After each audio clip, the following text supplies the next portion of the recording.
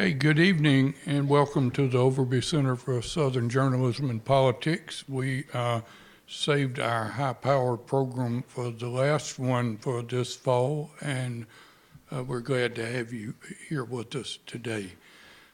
We have our key guest is James Forman, who is a professor of law at Yale and has been involved in public defense programs along with our other guest and our friend Tucker Carrington, who's with the Innocence Project with the Ole Miss Law School. I should just say that when Tucker told me about this book and the possibility that Mr. Forman would be coming here, I was pleased because I'm old enough to remember his dad, who was a major figure in the civil rights movement here in Mississippi and elsewhere, Jim Forman with SNCC. And so delighted to welcome you, James Forman Jr. Are you junior? I am, yes. We're glad to have you here, and Tucker, thank you. And they'll be carrying on a conversation. We'll hopefully have some time for questions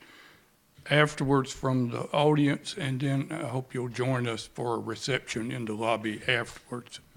Take it away. Thank you. Well, thank you. And thank you, everyone, for coming. And for Professor Forman, as Curtis said, for being here. I guess my first question to Professor Forman, so that in the interest of full disclosure, is, may I call you James? Yes. James, and I say that because I think it might be critical to this conversation. James and I were colleagues together. I was lucky enough to be a public defender at the Public Defender Service in Washington, D.C. with James for several years. He's a terrific lawyer. He actually, I didn't mention this earlier today, but he trained me when I first started.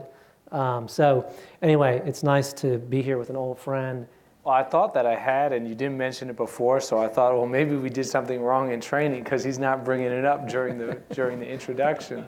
So I'm glad to know that you're owning up to that. Thanks, James.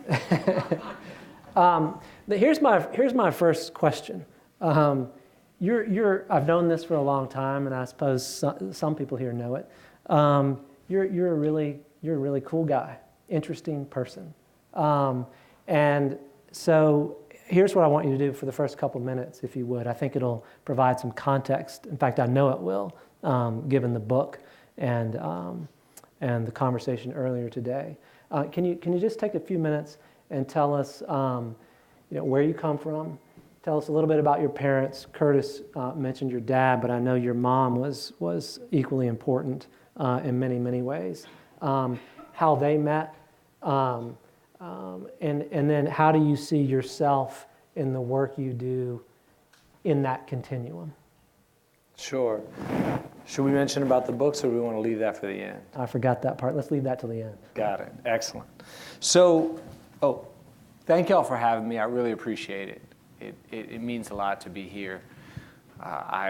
My father's family is from Mississippi and Chicago, and I mainly know them from Chicago because the family had all kind of moved there by the time I was born. But their history is here in Mississippi, and he wrote in his memoir, Making of Black Revolutionaries, he wrote about there's a lot of scenes in that book that are set in Mississippi. And this is my first chance to be here since the book came out, so it's an honor. In terms of my parents, my parents met in SNCC, the Student Nonviolent Coordinating Committee, in the 1960s. They're an interracial couple. My dad's black, my mom's white. Those marriages were illegal in this country, in many states of the country, in the 1960s, until 1967, when Loving versus Virginia Supreme Court case said, struck down Virginia's law. And as a result, struck down all the laws that still existed on the books. And, I know that we were talking earlier, I know that there's about to be open a state civil rights museum here in Mississippi. And one of the things that going to that museum is going to reveal, for those that don't know this history, one of the things you're going to see is how profoundly that generation struggle changed America, right? That was the generation that passed the Voting Rights Act of 1965, the Civil Rights Act of 1964, the Fair Housing Act of 1968. I mean, those laws were passed by Congress, but don't be fooled. The only reason they were passed was because people took to the streets and people marched and people mobilized and people agitated and people came together and said that segregation is wrong and that racism has to be defeated. So I view myself as somebody who my whole life could only have been possible because of the struggle of my parents' generation. There's almost nothing that I've done that I could imagine doing growing up under a Jim Crow regime. And yet, at the same time, even though that's all true, we still face this crisis in the criminal legal system. We still face this crisis that was really unknown almost to that generation. Right? For all that they were working on, if you look back in the kind of the records of the 1950s, 1960s, CORE, SNCC, SCLC, there's some reference to discriminatory policing and law enforcement as applied to people in the civil rights movement. But they don't have, like the term mass incarceration, that's not a term that exists in those years. And so we now have this new crisis, this new challenge. 1 in 3 young black men under criminal justice supervision. 5% of the world's population, 25% of the world's prisoners in this country. Are we the world's most evil people? I don't think so. So we have to be doing something wrong to have produced those numbers. We passed Russia and South Africa to become the largest jailer in the world in the late 1980s. Right? And we've been living with that ever since. And so it seems to me that the moment that we're living in now is this moment where at one time we have incredible progress, incredible racial progress. I would not trade with any previous generation of African Americans. I would not trade certainly for the Jim Crow generation. I certainly would not trade back earlier in time than that. But we have this human rights crisis, this racial justice crisis that has a name, mass incarceration, and has a name, mass punishment. And so to me that's the dilemma that I face, that I feel and that I face in this moment, is simultaneously overwhelming, undeniable progress and great human tragedy and great human suffering and great racial injustice. Well, let me ask you about that. Your book here, and there'll be books for sale. It's a little bit complicated. We'll explain how that's going to work at the end. But it's complicated, but it's going to be awesome. Awesomely complicated. It's a fantastic book. It's both beautifully written and felt, and also deeply researched. And I recommend it. I've read it twice, and it is absolutely terrific. But here's the thing: your book, in a way, is sort of entering a field, this topic of mass incarceration that a lot of people have written about, including Michelle Alexander, maybe in sort of the most well-known book early on, The New Jim Crow. And you just touched on some of the numbers. So here's my question for you. Why you, and why this book in this field? What did you feel like needed to be contributed? Absolutely, and I'll respond to that. I want to say, if you're standing up and you want to come sit down, please feel free. You will not be interrupting. You will not be bothering anybody. I don't like to stand for like a 45-minute conversation, and so come join us. And if other people arrive, please tell them the speakers want folks to come join us. So it's true that in recent years there has been really kind of an outpouring of literature on this topic. I mean, just to name kind of the best-selling books, we have The New Jim Crow, we have Between the World and Me by Ta-Nehisi Coates, we have Just Mercy by Bryan Stevenson, and then there's dozens maybe hundreds of books that are not as well known, that have been written by academics studying this issue. But what I felt like was missing from the conversation, in all of those books, the African American perspective is limited to people that are policed or incarcerated or people who are victims of crime. But there's almost no representation in the literature, either the academic literature or the popular literature. There's very little discussion of African American decision makers, black intellectuals, black politicians, black judges, black prosecutors, black police officers, black corrections officers. I mean, we are, starting in the 1970s, we had an 800% increase in African American elected officials in this country. And you can go into courtrooms in Baltimore. You can go into courtrooms in Detroit. You can go into courtrooms in Atlanta. You can go into courtrooms in Jackson, Mississippi, and see lots of African Americans involved in the running of the court system. So we are policed, we are imprisoned, we are arrested, we are victims of crime, we're all those things. But we're not only that. We're also intellectuals and activists and citizens and elected officials. And we haven't just solely and simply been sitting on the sidelines for the last 50 years as the country grappled with rising crime and violence and the nation embarked on this experiment that now has produced this thing we call mass incarceration. So I felt like, and maybe this is a fact of growing up in Atlanta. You know, growing up in Atlanta as a kid in the 1970s, 1980s, when you look at the local newspaper in Atlanta, when you look at the local city government, it's African Americans. It's a black mayor.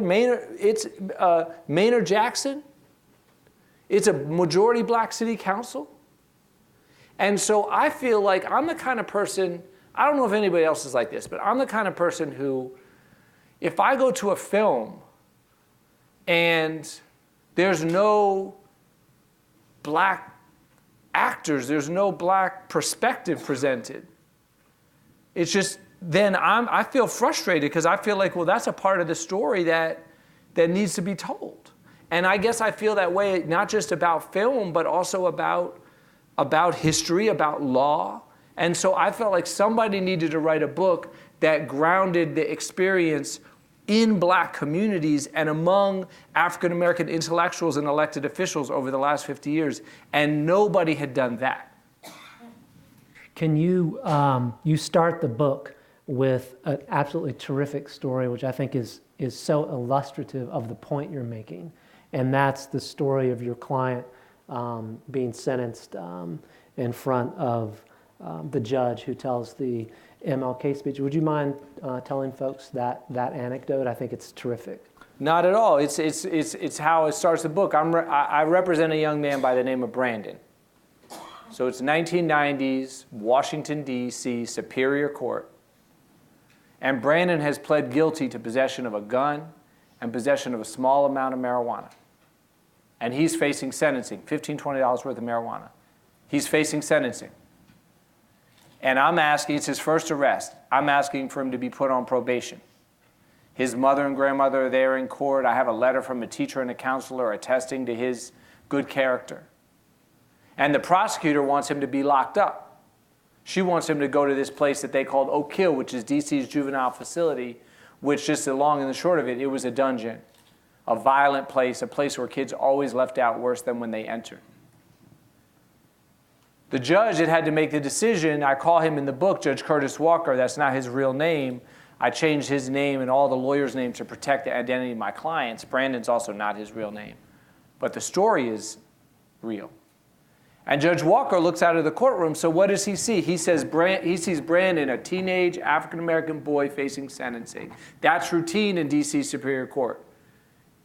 It's almost as if there's no white people in the city if you look at who's charged with crimes. And then he's got an African-American defense lawyer and a black prosecutor, and the judge himself is African-American. This is not highly unusual. 40% of the judges in D.C. Superior Court are black. And Judge Walker looks at Brandon and he says, son, Mr. Forman's been telling me that you've had a tough life, that you deserve a second chance. Well, son, let me tell you about tough. Let me tell you about Jim Crow segregation. And the judge, who had been a child in those years, goes on to tell him about what that was like. And then he says, so here's the thing, son. People fought, people marched, people died for your freedom. Dr. King died for you. And he didn't die for you to be running and gunning and thugging and carrying on and embarrassing your family and embarrassing your community. That was not his dream at all. So I hope Mr. Forman is right. I hope you turn it around. But today in this courtroom, actions have consequences, and your consequence is Oak Hill. And he locked him up. And for me, what was so frustrating about that story was that the judge had taken this. I told y'all before why I became a public defender, right? How the history of my parents as civil rights workers led me to that space to be standing next to Brandon. And now the judge had taken that same history, flipped it on its head, and used it as a rationale for locking him up.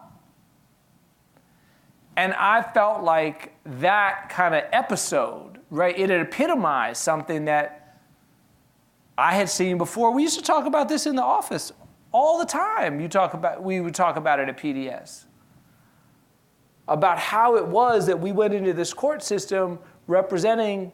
One of the beautiful things about PDS is that the workforce, the workplace is truly and deeply integrated. I don't know exactly what the demographics are, but it always feels like kind of roughly an office that's like somewhere around 45, 50% African American, about the same white, and 5, 10% Latino and Asian. And we would, especially the black lawyers, we would talk about how frustrating this was. To be doing this work, imagining ourselves as racial justice advocates, and to go into a space where we were confronting people like Judge Walker, who were reading our clients the Riot Act and claiming the civil rights history en route to doing it. So yeah, I felt like that really had to be unpacked, because I don't think the explanation of where the judge was coming from is like a simple one or an easy one. Like, I don't think this is a simple story. I actually think it's a really complicated and therefore more interesting story. But I felt like it was a story that nobody had tried to explore. Let me ask you a question right off of that. The unpacking. That's one of the things that the book does really well. It's probably its greatest strength, I think. And the first chapter is, broadly speaking, and it may even be titled, about the war on drugs. Right.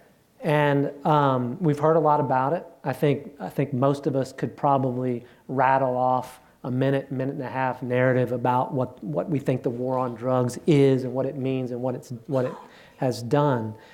But you approach it in a really interesting way. I can't mess up the camera. They got a camera going here. In the first chapter. And let me just read you a brief line from it and then get you to explain what you mean. It's from the end.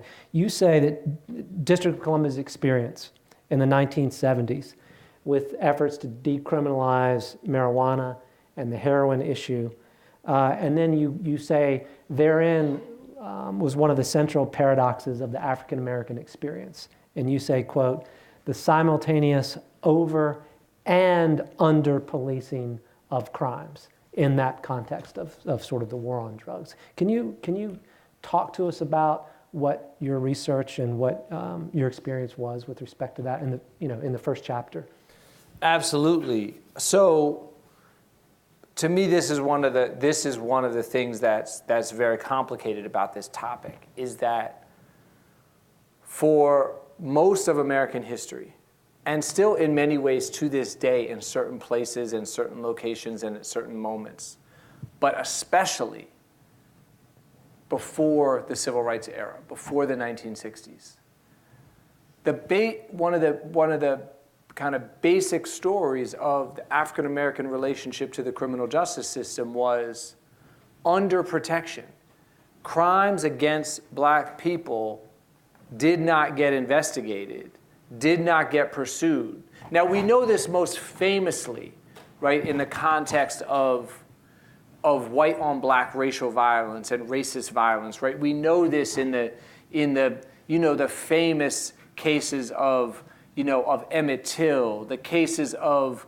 Schwerner, Goodman, and Cheney, right? The cases of civil rights workers killed, right? When they went to look for their bodies, right here in this state, they found, while searching for their bodies, they found other bodies on riverbanks of black people, the crimes against whom had never even been investigated for them to find the body. Right? So that's a central part of American history, and it goes down to, from crimes of violence to just simple open-air drug markets, right? The open-air drug markets were allowed to flourish in black communities in the 1930s, that's where you went to get your drugs. That's where everybody went to get their drugs. That was the place where the drug markets were pushed. Okay, let them sell the drugs over there. Let them have to deal with that crime. We're not going to let it into our neighborhood. Meanwhile, the majority, though, is happy to go shop there. So that's a history, right? That's a part of the history. And at the same time, alongside that history, we have this history of overpunishment, right? And that's the thing that we're really, in a lot of ways, living with today. And so one of the things that I'm trying to explore in this book is how a community can be both under-policed and over-punished all at the same time. Let me ask you then, I'm gonna just to give you a heads up, I'm kind of moving through the book. Okay. And so you have this fascinating point, I think it's in the second chapter, when you talk about drug and gun policies. And that we typically, I think what you say is we don't think of those policies as being twinned, right? That typically liberals like to see drug laws relaxed and gun control tightened, conservatives on the opposite side. But you say that, or you argue anyway, that those policies, drug and gun policies, have had, regardless of people where they come from on the political spectrum, have had a similar impact, which is that the majority of people punished, either under drug laws or under gun laws, have been undereducated, low-income black males. And at the same time, those laws have failed largely to control or stem the tide either of drug use or gun violence in those very communities. Right. Can you talk about that? That's complicated too, I think, that dynamic. How did that happen? Well, okay, so people pretty much know the war on drugs story, right? And you know about how even though groups of all along racial lines use drugs at roughly the same rate, that African Americans are much more likely to be arrested, convicted, and incarcerated for drug possession crimes. So people kind of know that. And what I want to, and in fact, that sort of the story of that, how that happened is in a lot of ways kind of the central story of Michelle Alexander's book, right? Because it's mainly about the war on drugs. And what I want to talk about, or I talk about in that chapter, is I want us to force a kind of a more complicated conversation around gun policy. So when I don't know about you, but I suspect this would be true for you too. Basically, everybody that I ever represented in D.C. Superior Court who was charged with a gun possession crime was African American, overwhelmingly between the ages of like 18 and 24, 25, sometimes somebody older. Every once in a while, you would get a case of like a white tourist from like Nebraska who was like driving through DC to like visit the state capitol and didn't know that like DC had like these really strict gun laws, and like would get pulled over on a traffic violation and get arrested on this gun possession case. But 99%, 95% of the cases anyway weren't that. Well, now we know, right, if you think about it, we know gun possession is hardly limited to the black community. So why is it that we have all these young men who are facing, in many cases, right, all the things that we know come with a criminal conviction? Right, you have a record for life, harder to get a job, harder to get student loans, harder to get housing, because when you apply for housing, that comes up on your record, for in the private housing market, and maybe incarcerated. So I go back in the history, and what I find is that in the mid-1970s, Washington, D.C. passed this very, very strict set of gun laws. Now, they did it in a lot of ways, I think, for well-meaning, well-intentioned reasons. The city was overwhelmed by crime, overwhelmed by homicide, much of it, gun-related. They were desperate to do something about it. People were pleading for protection. They wanted to pass national gun control, so they were going to Congress and asking Congress to pass national gun control laws. They couldn't get Congress to pass national gun control. They said, all right, well, we'll pass a local gun control law in Washington, D.C. That's not going to totally solve the problem, but at least it will help. And we saw that same thing in New York. We saw it in Chicago. We saw it in Detroit, where mostly black elected officials kind of push for these local gun control laws. Well, what happens if you have local gun control laws, but no national gun control? If you have strict penalties for gun possession in Washington, D.C., but you have no national gun control and you have a nation awash in guns, as ours is, well, guns are coming up and down, Virginia, Maryland. Guns are easily available, readily available. So then people get the guns, they bring the guns into Washington, D.C., and then they become our clients. So you have this dynamic, right? And this is, to me, one of the tragic elements of the story, is where you have very well-meaning legislators who are trying to respond to a problem of crime and violence, who are desperate for any kind of solution they can get. They pass a local gun control law.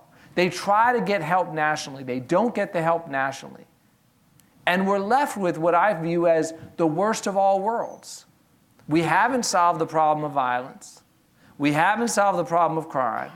Guns are still everywhere. And then the only people that are going to jail ever for the possession of those guns are people in the few cities that have passed the strict gun control laws. And those cities are overwhelmingly people of color living in them. So that's how we got here. And what in that chapter in particular, I guess I'm trying to get my liberal friends who support gun control laws to see the dilemma and the unfairness that's been created when we have these little local gun control laws, which in my opinion don't do any good without national gun control. So we have these little local gun control laws without national gun control. And I guess the broader point that I'm trying to get people to see is the basic mistake that we make in America is that when we have a social problem, we want to respond to it with criminal punishment. Like pass a law and make sure there's jail time or prison time attached to it. Like that's how we deal with social problems in this country. And I overwhelmingly think, almost always, that that's the wrong approach. And I know it's hard, and I really push people on this, because I bet every person in this audience, I bet, if you're the kind of person who thinks that mass incarceration is a problem, if you think we have too many people in prison in this country, think about, I'm not going to ask you to raise your hand, but if that's you, if you agree with me that we have too many people in prison in this country, then I want you to ask yourself, we can go down a list of a set of crimes, but almost always there's going to be some crimes where you're going to say, oh, I want the sentence to be longer for that. Oh, they should get locked away for life for that. And what I want to say is we have to check those impulses. We have to check those impulses. So ask yourself, what are the crimes that you want people to go to jail for longer? And I get that. And the gun crimes is one example of that. Let me dig into that a little bit because, and I'm going to do what interlocutors are never supposed to do, which is ask you like a long, tortured question.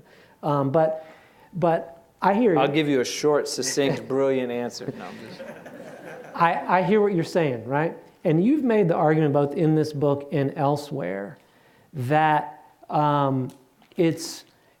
that's a difficult question for people to answer, particularly sometimes for African Americans whose street corners in neighborhoods are overrun with drug dealing and gun violence. And here's the complicated part of my question, because not in the book, but in one of your articles, I think for the Yale Law Journal, you take issue a little bit with calling this phenomenon of mass incarceration the new Jim Crow.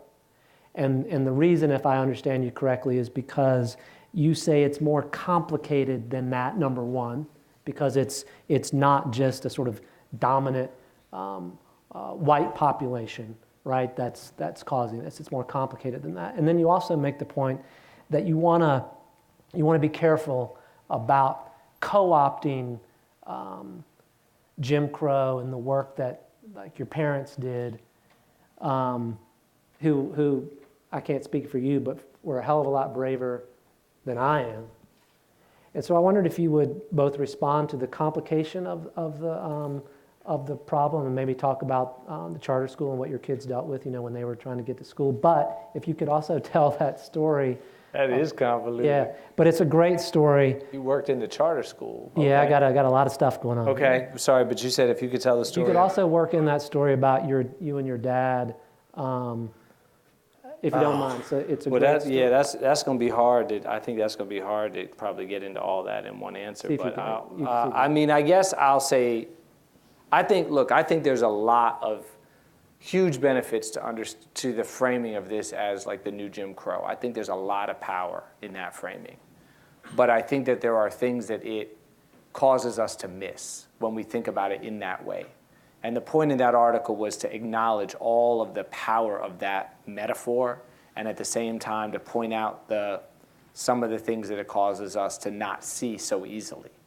And one of the things that it causes us to not see so easily is the dynamic that I just described, to somebody like a Judge Walker scenario. But I guess in terms of, so you were asking about the students in the school. When I was a public defender, I was frustrated with the lack of options available to my juvenile clients. I wanted them to never become my clients again, and they kept coming back. And I would talk to them about, well, what would it take for you never to become my client again? And they said, well, we want jobs and we want a good school. So we started this alternative school, which we named after the poet Maya Angelou. And it's still in existence, 20 years of success in DC and struggles. And one of the stories that I tell in the book about that experience was when the kids in the school there was this one spring where I guess there were a lot of calls about drug dealing in our neighborhood. And the police would come down and they would swarm down on the little corner where our students were and our students would be taking a break in between classes. And the jump outs, what they call jump outs in DC, which is the officers, the unmarked cars, and they pull up on the corner and they jump out. That's why they're called jump outs. And they basically try to catch everybody they can and search everybody they can. And the fastest people get away, but if you're not ready or you're too close or you're not fast enough, you get caught, you get searched. And the jump outs would be descending on our corner. And there were this was 10 every week for 10 weeks or something. And our students were, as you can imagine, were irate. And we were irate as teachers. Because if you think about kind of the pain and the suffering that comes from that experience. There you are. You've been in the juvenile system. You're now going to this school, which is incredibly demanding. The message of the school is, if you focus on your work and you double down and you dedicate yourself and you study hard and you go for these long hours, one day society is going to have a place for you. Right? And while we're telling them that message as teachers and counselors, the police are coming in and treating them like no matter what, forever, no matter what they do with their time, no matter how hard they study, no matter how good they are, heck, they could be 3 times as good, they are always going to be treated as thugs. They are always going to be treated as suspects. They were always going to be treated as the kind of people that you can just throw up against the wall and search. Because you might be dealing drugs, or you might be possessing drugs, or whatever. And it was, for me, I just hated it. And we would protest it, and we would combat it. And one day, we finally, led by a couple of students, a guy named Donnie Gonzalez, who graduated from the school almost 20 years ago. I just saw him in D.C. at a reunion of students from the school. And Donnie was like, look, he came to us and he said, look, y'all, you're a lawyer. He said to me, you're a lawyer. Don't you know people in power? You have to get the police chief over here or something, because this cannot go on. So they did a protest. We called the newspaper. They covered it. Then I tried to use that to get the police chief to pay attention to us. They finally showed up, not the police chief, but some of the officers and a district commander. And we sat in a room, and the students were all prepared, and they were ready to give their speeches talking about how damaging and demoralizing it was to be treated this way, these suspicionless stops, which were aggressive and brutal, and kids had everything taken out of their pockets and their backpacks. I mean, it looked almost like a war zone when the police were done with these searches. So disrespectful. And one of the officers, I think he was trying to be helpful. He really was. To this day, I feel like his heart was in the right place. After the kids told all these stories of what was going on and how this made them feel, one of the officers stood up and he made the following suggestion. He said, well, how about this? How about if the students in the school wear ID badges that are large and big, identifying themselves as clearly students from the school. And then we'll know that they're students from the school, and we won't mistake them for possible drug dealers. Well, the students in our school read a lot of African American history and world history. They knew about past laws in South Africa, right? They knew about the black codes in the United States. And they were irate because their proposition correctly was, we are free citizens of this city and this country, and we don't need to carry big badges announcing ourselves as such. We shouldn't be stopped, period. Not just because we're students of the school. And the meeting erupted in chaos. The officers left. And the thing was, a lot of the officers that were there in that meeting, mostly like our students, were African American. Because the DC police force is majority black. Was then, still is. And so, again, it was another example to me of where we really need to penetrate more deeply into this dynamic and try to figure out how so many people adopted the mindset, right? These were African American police officers, many of them, I think, coming from position. I think the officer that spoke really cared about the community. I really do think that. I don't know for sure. I can't get deep up into his head, but I think he did something about the way he talked. But he was trapped. He only knew one kind of policing. He had only been trained to do one kind of policing. He had a supervisor who was teaching him one kind of policing. He was in a nation that had endorsed and embraced and funded one kind of policing, warrior policing. And so even though he might have had some instincts to the contrary, The color of his skin at that moment just didn't matter. It just didn't matter. He didn't have, even if he wanted to behave differently, he wasn't acculturated, he wasn't trained, he wasn't permitted, he didn't have the mental imagination or the liberty to police any differently than that. And that, to me, again, the reason why this is a book that's about black communities, but it's also a book that's broader, is it shows how deeply entrenched and deeply embedded these punitive impulses have become. We've lost our ability as a nation to imagine another way to police, to respond to crime and violence.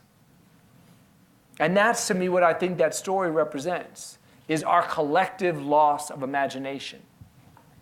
What if you're not a lawyer? What if, I think much of this audience, either maybe in law school, a bunch of my students are here, or you're an undergrad. Or maybe you're of a different set, like the Cruzes. What can you do? What can you do about this problem? Okay, so the terrible, terrible thing about mass incarceration is that it is so large and it's so all-encompassing that it touches almost every aspect of American society.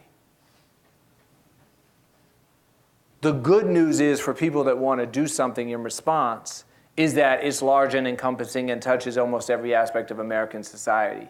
Therefore, no matter where you sit, there is something that you can do. There is something that you can do.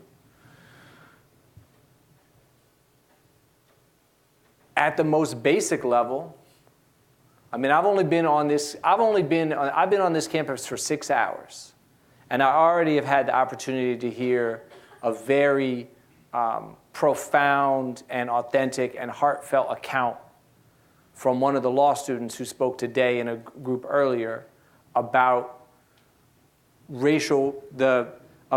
in a single day being stopped as a black man in this town, in Oxford, Mississippi, being stopped by the police 3 times in a 25-minute period driving on into Oxford, twice by the same officer, who didn't even realize until he said, you stopped me before 20, and the guy was like, oh yeah, okay, I'm sorry. So there's right here in this town, and if any students are interested in working on this, I'm going to just connect them to Tucker, because I don't want to put this student out there I don't want to put him on blast, but he spoke in a public setting, and I think that there's right here an opportunity to try to build a conversation about policing practices in this town and to try to influence local police officers, the sheriffs, local elected officials about changing that. Because one of my big things is I really believe in starting local. We can work on issues anywhere we want, but 85% of law enforcement officers in this country are state, county, and local, and 88% of prisoners in this country are in state, county, and local facilities. So don't think you have to influence, Jeff Sessions or Donald Trump or at the congressional level. A lot of what you can do is right here. Even if you want to move back even one step before policing, right? Just think about community health and community revitalization. There was a recent study, I would encourage y'all it was reported on the New York Times a couple of days ago. And it was talking about community-based anti-violence groups investing in education, groups investing in mentoring, groups investing in alternative approaches to the juvenile justice system. And it was a research study that was showing how those efforts, which you might not even in the first instance think of as about the criminal justice system, those efforts were some of the most powerful things that have been done over the last 20 years to reduce crime. We've had a huge crime decline in this country from the late 1990s until today. So if you're the kind of person that feels like, which I can accept and I can understand, if you feel like, well, the criminal justice system is too late, I want to do something earlier. I want to do something on education. I want to do something on job training. Then get involved in one of those programs, because by doing that, you are also helping to reduce crime and you are also helping to combat mass incarceration. The other thing you could think about doing is as citizens, in terms of voting and and elections and getting involved in local races. One of the things that a lot of people don't understand is that because this is a local issue, we have so much political power. A small number of people can elect a new prosecutor. Prosecutor races in this, local prosecutors are the most powerful people in the system. Nobody votes in these races. If you get like 50 of your friends, I mean, y'all are like a third of the way there to like replacing your local prosecutor. I'm not even exaggerating. And most people don't know who their local prosecutor is. Most people don't know what their local prosecutor's stance is on questions of like bail reform, questions of charging people for nonviolent drug offenses. These are really important issues, and most of us are completely unaware of what the stances that our local prosecutor is taking. And then one other thing that I'm going to put out there, one other idea, is education and going inside prisons and jails. So I teach a class. I've been going around the country talking to people about, answering this question, well, what can you do? And obviously a big part of my work is education. And some years ago, I decided that I really wanted to do more about education for people who are incarcerated. Because for somebody who is locked up, the most powerful thing that you can do to make sure that when they get out, they stay out, is provide them a quality education while they're incarcerated. And we used to have, before this tough on crime movement, we had college education in prisons. And one of the things that happened in the 1990s is Congress cut the federal funding for Pell Grants for prisoners. And as a result, a lot of colleges and universities that had provided education behind bars stopped doing so. So now it's up to the rest of us. So I got trained in a program called Inside Out. And I teach a class about race in the criminal justice system. But since I got trained in Inside Out, I moved that class, and it no longer meets on Yale's campus. We now meet inside a local prison. And the class is made up of half men who are incarcerated and half students from Yale Law School. And we meet in a seminar setting. We meet in the chapel of the prison, 20 students in a circle.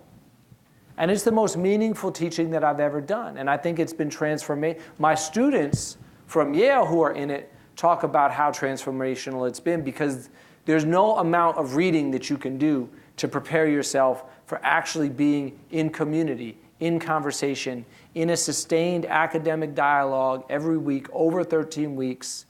The humanity of learning alongside somebody that you've always beforehand imagined as the other, as them, as the criminal, as somebody to fear. The humanity of studying next to that person, engaged in deep dialogue, is transformational.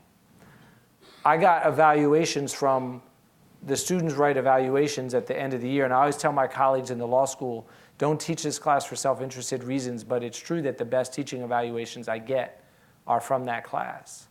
And one of them that was so meaningful to me was from one of the men who was incarcerated, and he said, I like the law and the policy that we learned in this class, but the most powerful thing, the most important thing to me was that when I come into the seminar circle, I'm treated like I'm smart. I'm treated like I have something to say. And on some days, I even feel like an intellectual. And I don't want to minimize what separates somebody that ends up at Yale or University of Mississippi or elsewhere from somebody who ends up incarcerated. There's huge structural divides. However, it's true that one thing is when you enter into a classroom, are you treated like somebody that has something to say or something to contribute? Or are you treated and assumed to be the troublemaker, the problem child, the one that's going to always be behind? And so what I want to say to you in terms of what you can do is, if Inside Out classes like the ones that I described are offered in over 30 states. I actually didn't look before I came to see whether Mississippi is one of the states or not. If you're a professor at this university, You can start teaching inside out classes. If you're a student at this university, you can start asking for these classes to be offered.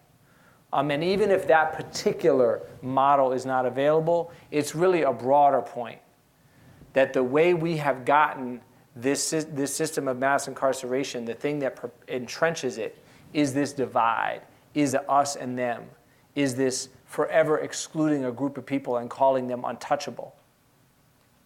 And one of the ways that you overcome that is by being in proximity, by being next to one another, by working together, by talking and by studying together. So if it's inside out, great. I think it's a profound model. But if it's not inside out, then find another way to get off the campus and get into your local prisons and your local jails in fellowship, offering what you have to bring and also receiving what the people that you're working with have to offer. We've got about 5 minutes, maybe slightly less. And I wanted to open it up to questions. I wish I had left a little bit more time, James, but I didn't. But how about anybody have a question for Professor Forman? I hope so. And if you would do us the favor, now that you've raised your hand, you're already on the hook. I think James would like it if you would stand up and tell us your name and where you're from. It's always helpful. He put it on me. He said James would like it. Hey y'all, I'm Julia. I'm from Gulfport, Mississippi. And just going back to your case on Brandon that you mentioned at the beginning of the talk, even if that judge had wanted to give him a less punitive sentence, in many cases he wouldn't have been able to because of the harsh mandatory minimum laws. And I know Michelle Alexander, for instance, talks about the vast discrepancies between crack cocaine and powder cocaine. So what do you think sentencing laws should look like, and what should we do about mandatory minimums?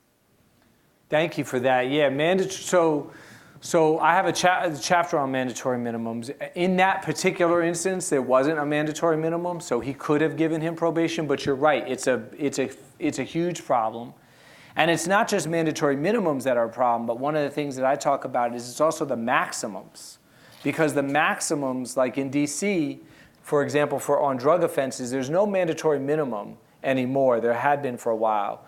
But the maximum for selling a small amount of drugs, right now, if I were just $10 worth of drugs to Tucker, I am on the hook for a maximum of 30 years for any drug except for marijuana. Now, and to double that for a second offense. Now, the problem with these incredibly high maximums is that once you're charged, like the mandatory minimums, the coercive pressure to plead guilty is overwhelming. I mean, you can say, even if you have a decent case, your lawyer's going to tell you, yeah, we have some good evidence. I believe that you didn't do it. There's some holes in this case. But if you lose, you're looking at 30 years. And so when the government comes along and offers you a deal, and under the deal, the maximum you look at is 6 months or a year, almost everybody takes it.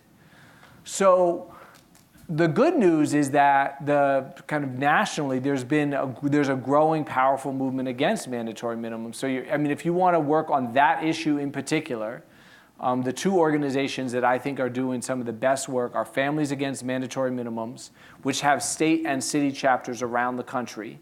So you can look and see I suspect that there's a Mississippi chapter, and then also the Sentencing Project, which has a particular. If you go on their website, you'll see a particular set of resources around mandatory minimums. But the only thing that's going to cause these to change is political pressure. The only thing that's going to cause this to change is when enough of us get together, right, and we raise our voices, and we agitate, and we go to local meetings where mandatory minimums are all decided at the state level. There are federal mandatory minimums, that's true, but that's a tiny percentage of the overall criminal justice system. So most of the mandatory minimums, over 90% that are driving people into the prison system, are at the state level. That means it's a state legislator. And again, like I was telling you about the prosecutors, a lot of the state legislators are tiny numbers of people elect them. And if enough of us get together and go to these hearings and raise these issues and pressure them and make the case that it's not moral and make the case that it's not in our economic interest, then slowly over time, that movement, which is already building to repeal these mandatory minimums, will gain steam. But in my mind, it's only going to be politics. It's only going to be activism. And I've been talking about pressuring your local officials, but let me also be clear, like, you could become one of the local, you can run for office, and you can run for office on a different agenda. I mean, this election that we just had in Virginia, if you haven't read stories about it, and not just at the state level, but the local level, you should go read it. Because all across the state of Virginia, all manner of people just said, I'm fed up, and I'm running for city council, for county council, for state legislature, right? They were fed up about the direction the country was taking. And people laughed at them when they first announced that they were running, and all these people won. It was a kind of a landslide mandate for change. So I actually think that there's a lot of potential, but it's about us to realize it. Got time for one more very quick question, I think, if there is one. All right, then let's cover two more things. The first is thanking James for coming. Thank you very much. I will. Then the last thing we need to cover is this book issue. Let me repeat. The book is terrific. I really highly recommend it. I mean, you can even tell within the hour we can't get to everything, and I would recommend it. So, good news and bad news. The good news is that we've almost sold out of books. The good news is also, though, that we have a few copies left, I think about a dozen. And if I can, James, I will, for James nicely, through the help of a benefactor, both of whom understand that books are expensive, and particularly for students on a budget. So if you are a student and would like to buy a book, but are on a budget, you don't have to tell anybody what your budget is, but you can pay as much as you think you can afford for the book. And James and his benefactor will make up the rest. And again, I highly recommend the book. So James will also be glad to sign books. I think we'll be doing it out there at the top of the auditorium in the hallway. Last bit of complicated material. As we did in the law school today, if we sell out of books, which I hope we do, because you need to get this book in your hands and go out and make a difference. If we run out of books, James and I promise that if you give the folks out there your name and address, they'll get a book to James. James will sign it and then get the book back to you, and you won't have any shipping costs. Does all that make sense? So we have a few books for sale. If we run, and they're for sale at a price, whatever price it is that you think you can afford. If we run out, which will be a happy coincidence, we'd still urge you to buy the book. All you got to do is give us your name and your trust, and James will sign it, and we'll get it back to you. Did I cover everything? I think so. Thank you. Thanks again, James.